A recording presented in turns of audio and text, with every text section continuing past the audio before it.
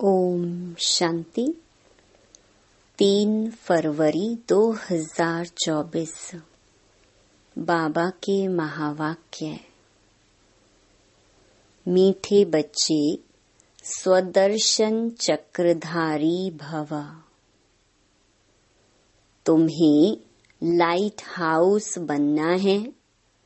अपने को आत्मा समझो, इसमें गफलत नहीं करो। प्रश्न: तुम सबसे वंडरफुल स्टूडेंट हो, कैसे? उत्तर: तुम रहते गृहस्थ व्यवहार में हो। शरीर निर्वाह के लिए 8 घंटा कर्म भी करते हो, साथ साथ भविष्य 21 जन्मों के लिए भी 8 घंटा बाप समान बनाने की सेवा करते हो। सब कुछ करते बाप और घर को याद करते हो। यही तुम्हारी वंडरफुल स्टूडेंट लाइफ है। नॉलेज बहुत सहज है, सिर्फ पावन बनने की मेहनत करते हो। ओम शांति। बाप बच्चों से पूछते हैं नंबरवार पुरुषार्थ अनुसार। मूल वतन भी नंबरवार जरूर याद आता होगा। बच्चों को यह भी जरूर याद आता होगा कि हम पहले शांति धाम के रहने वाले हैं, फिर आते हैं सुख धाम में। यह तो जरूर अंदर में समझते होंगे। मूल वतन से लेकर यह जो सृष्टि का चक्र है, वह कैसे फिरता है, यह भी बुद्धि में है। इस समय हम ब्राह्मण हैं, फिर देवता, क्षत्रिय, वैश्य, शूद्र बनेंगे। यह तो बुद्धि में चक्कर चलना चाहिए ना। बच्चों की बुद्धि में यह सारी नॉलेज है। बाप ने समझाया है, आगे नहीं जानते थे, अभी तुम ही जानते हो। दिन प्रतिदिन तुम्हारी वृद्धि होती रहेगी। बहुतों को सिखलाते रहते हो, जरूर पहले तुम ही स्वदर्शन चक्रधारी बनेंगे। यहाँ तुम बैठे हो, बुद्धि से जानते हो वह हमारा बाप है। वो ही सुप्रीम टीचर है, सिखलाने वाला। उसने ही समझाया है हम 84 का चक्कर कैसे लगाते हैं। बुद्धि में जरूर याद होगा ना। यह बुद्धि में हर वक्त याद करना है। लेसन कोई बड़ा नहीं है, सेकंड का लेसन है। बुद्धि में रहता है कि हम कहाँ के रहवासी हैं, फिर यहाँ कैसे पार्ट बजाने आते हैं। 84 का चक्र है। सतयुग में इतने जन्म, त्रेता में इतने जन्म, यह चक्र तो याद करेंगे ना। अपना जो पोजीशन मिला है, पार्ट बजाया है, वह भी जरूर बुद्धि में याद रहेगा। कहेंगे हम यह डबल सिरताज थे, फिर सिंगल ताज वाले बने। फिर सारी राजाई ही चली गई, तमो प्रधान बन गए। यह चक्र तो फिरना चाहिए ना, इसलिए नाम ही रखा है स्वदर्शन चक्रधारी। आत्मा को ज्ञान मिला हुआ है, आत्मा को दर्शन हुआ है। आत्मा जानती है हम ऐसे ऐसे चक्र लगाते हैं। अब फिर जाना है घर। बाप ने कहा है मुझे याद करो तो घर पहुंच जाएंगे। ऐसे भी नहीं है कि इस समय तुम उस अवस्था में बैठ जाएंगे। नहीं, बाहर की बहुत बातें बुद्धि में आ जाती हैं। किसको क्या याद आता होगा, किसको क्या याद आता होगा। यहाँ तो बाप कहते हैं, और सब बातों को समेट एक को ही याद करो। श्रीमत मिलती है, उस पर चलना है। स्वदर्शन चक्रधारी बनकर तुमको अंत तक पुरुषार्थ करना है। पहले तो कुछ पता नहीं था, अब तो बाप बतलाते हैं। उनको याद करने से सब कुछ आ जाता है। रचयिता और रचना के आदि मध्य अंत का सारा राज बुद्धि में आ जाता है। यह तो सबक पाठ मिलता है, उसको तो घर में भी याद कर सकते हो। यह है बुद्धि से समझने की बात। तुम वंडरफुल स्टूडेंट हो। बाप ने समझाया है, 8 घंटा आराम भी भल करो, 8 घंटा शरीर निर्वाह के लिए काम भी भल करो। वह धंधा आदि भी करना है। साथ में यह जो बाप ने धंधा दिया है आप सामान बनाने का, यह भी शरीर निर्वाह हुआ ना। वह है अल्पकाल के लिए, और यह है 21 जन्म शरीर निर्वाह के लिए। तुम जो पार्ट बजाते हो उसमें इसका भी बहुत भारी महत्व है।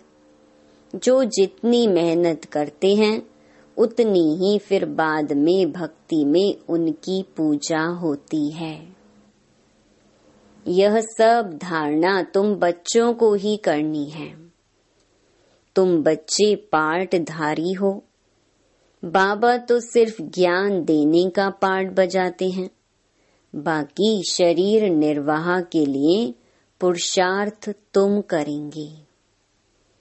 बाबा तो नहीं करेंगे ना। बाप तो आते ही हैं बच्चों को समझाने के लिए कि यह वर्ल्ड की हिस्ट्री ज्योग्राफी कैसे कैसे रिपीट होती है, चक्र कैसे फिरता है, यह समझाने के लिए ही आते हैं। युक्ति से समझाते रहते हैं। बाप समझाते हैं, बच्चे गफलत मत करो। स्वदर्शन चक्रधारी अथवा लाइट हाउस बनना है। अपने को आत्मा समझना है। यह तो जानते हो, शरीर बिना आत्मा पार्ट बजा नहीं सकती। मनुष्यों को कुछ भी पता नहीं है। भल तुम्हारे पास आते हैं, अच्छा अच्छा करते हैं, परंतु स्वदर्शन चक्रधारी नहीं बन सकते हैं। इसमें बहुत प्रैक्टिस करनी पड़ती है। तो फिर कहाँ भी जाएंगे तो जैसे ज्ञान का सागर बन जाएंगे। जैसे स्टूडेंट पढ़कर टीचर बन जाते हैं, फिर कॉलेज में पढ़ाते हैं और धंधे में लग जाते हैं।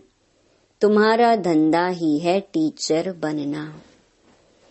सबको स्वदर्शन चक्रधारी बनाओ। बच्चों ने चित्र बनाया, डबल सिरताज राजाएं, फिर सिंगल ताज वाले राजाएं कैसे बनते हैं। यह तो ठीक है, परंतु कब से कब तक डबल ताज वाले थे, कब से कब तक सिंगल ताज वाले बने, फिर कैसे और कब राज्य छीना गया, वह डेट्स लिखनी चाहिए। यह बेहद का बड़ा ड्रामा है। यह सर्टेन है, हम फिर से देवता बनते हैं, अभी ब्राह्मण हैं। ब्राह्मण ही संगम युग के हैं, यह किसको मालूम नहीं जब तक तुम ना बताओ। यह तुम्हारा अलौकिक जन्म है। लौकिक और पारलौकिक से वर्षा मिलता है, अलौकिक से वर्षा नहीं मिल सकता। इन द्वारा बाप तुमको वर्षा देते हैं, गाते भी हैं, हे प्रभु। ऐसे कभी नहीं कहेंगे, हे प्रजापिता ब्रह्मा। लौकिक और पारलौकिक बाप को याद करते हैं। यह बातें कोई नहीं जानते, तुम जानते हो। पारलौकिक बाप का है अविनाशी वर्षा, लौकिक का है विनाशी वर्षा। समझो कोई राजा का बच्चा है, 5 करोड़ वर्षा मिलता है, और बेहद के बाप का वर्षा सामने देखेंगे तो कहेंगे उनकी भेंट में तो यह अविनाशी वर्षा है और वह तो सब खत्म होने वाला है। आज के जो करोड़पति हैं, उन्हों को माया चटकी हुई है, वह आएंगे नहीं। बाप है गरीब निवाज। भारत बहुत गरीब है, भारत में बहुत मनुष्य भी गरीब हैं। अब तुम बहुतों का कल्याण करने का पुरुषार्थ कर रहे हो। अक्सर करके बीमारों को वैराग्य आता है, समझते हैं जीना क्या काम का। ऐसा रास्ता मिले जो मुक्ति धाम चले जाएं। दुख से छूटने लिए मुक्ति मांगते हैं। सतयुग में मांगते नहीं, क्योंकि वहाँ दुख नहीं है। यह बातें अभी तुम समझते हो। बाबा के बच्चे वृद्धि को पाते रहेंगे।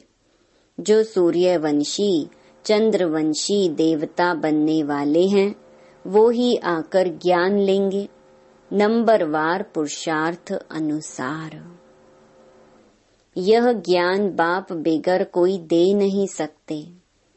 अब तुम बेहद के बाप को छोड़ कहाँ भी नहीं जाएंगे। जिनका बाप के साथ लव है, वह समझ सकते हैं। नॉलेज तो बहुत सहज है, बाकी पावन बनने में माया विघ्न डालती है। कोई भी बात में गफलत की तो गफलत से ही हारते हैं। इनका मिसाल बॉक्सिंग से अच्छा लगता है। बॉक्सिंग में 1-2 से जीत पहनते हैं। बच्चे जानते हैं माया हमको हरा देती है। बाप कहते हैं, मीठे बच्चे अपने को आत्मा समझो। बाप खुद समझते हैं इसमें मेहनत है। बाप युक्ति बहुत सहज बताते हैं। हम आत्मा हैं, एक शरीर छोड़ दूसरा लेते हैं, पार्ट बजाते हैं। बेहद बाप के बच्चे हैं। यह अच्छी रीति पक्का करना है। बाबा फील करते हैं माया इनका बुद्धि योग तोड़ देती है। नंबरवार तो है ही। इस ही हिसाब से राजधानी बनती है। सब एक रस हो जाएं तो राजाई ना बने। राजा रानी प्रजा साहूकार सब बनते हैं। यह बातें तुम्हारे सिवाय कोई नहीं जानते हैं। हम अपनी राजधानी स्थापन कर रहे हैं। ये सब बातें तुम्हारे में भी अनन्य जो हैं, उनको याद रहती हैं। यह बातें कभी भूलनी नहीं चाहिए। बच्चे जानते हैं हम भूल जाते हैं, नहीं तो बहुत खुशी रहनी चाहिए। हम विश्व के मालिक बनते हैं। पुरुषार्थ से ही बना जाता है, सिर्फ कहने से नहीं। बाबा तो आने से ही पूछते हैं, बच्चे सावधान, स्वदर्शन चक्रधारी होकर बैठे हो।